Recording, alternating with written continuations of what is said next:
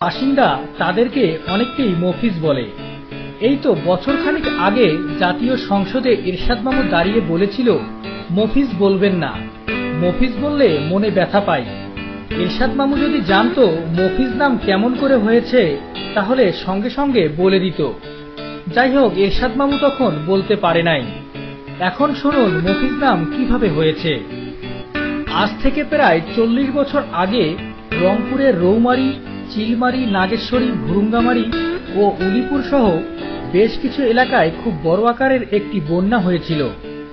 সেই ভয়াবহ বন্যায় অধিকাংশ মানুষের বাড়িঘর, জমিজমা, এমনকি সর্বশেষ সম্বলটুকু ব্রহ্মপুত্র নদীতে হারিয়ে সর্বশান্ত হয়ে মানবতার জীবনযাপন করছিল তারা।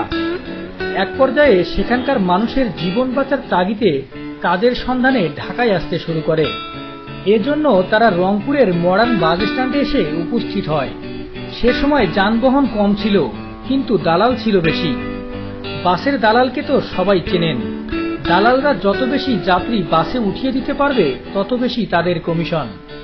সেই সময় মডার্নে একজন দালালের নাম ছিল মফিজ উদ্দিন, যাকে সবাই মফিজ বলে ডাকত। বন্যা কবলিত লোকদেরকে দেখে মফিজ মিয়া তাদের জিজ্ঞাসা করল, আপনারা সবাই কোথায় যাবেন? উত্তরে সব মানুষগুলোই বলে উঠল ঢাকা যেতে চাওয়ার তাদের কারণ, এবং তাদের দুঃখ কষ্টের কথাগুলো মফিজ মিয়াকে বুঝিয়ে বলল। তখন ঢাকায় যাবার ভাড়া ছিল 100 টাকা। মফিজ মিয়াকে সবাই অনুরোধ করে বলল যে কিভাবে তারা অল্প টাকায় ঢাকায় যেতে পারবে। তখন মফিজ মিয়া বলল, বাসের ছাদে গেলে তারা অর্ধেক ভাড়ায় অর্থাৎ 50 টাকায় যেতে পারবে।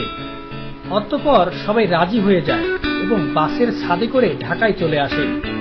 তখন থেকে শুরু হয় অর্ধেক ভাড়ায় বাসের ছাদে চড়ে ঢাকায় আসা। আর এইভাবেই উত্তরবঙ্গের মানুষ দারিদ্রতার কারণে অর্ধেক ভাড়ায় বাসের ছাদে চড়ে ঢাকায় আসার সুযোগ পায়। একসময় এটা স্বাভাবিক নিয়মে পরিণত হয়।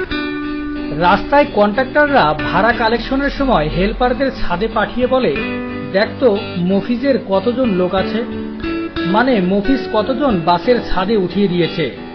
আর এই কথাটাই একসময় কন্ট্রাক্টররা হেল্পারকে বলতে শুরু করে, দেখতো ছাদে মফিজ কতজন আছে।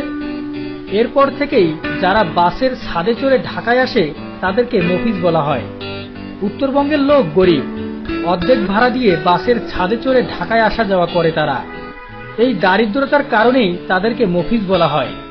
যদিও বর্তমানে উত্তরবঙ্গের লোকদের অনেক উন্নতি হয়েছে, তবুও সেই আগের নামটি রয়ে গেছে ঢাকা শহরে।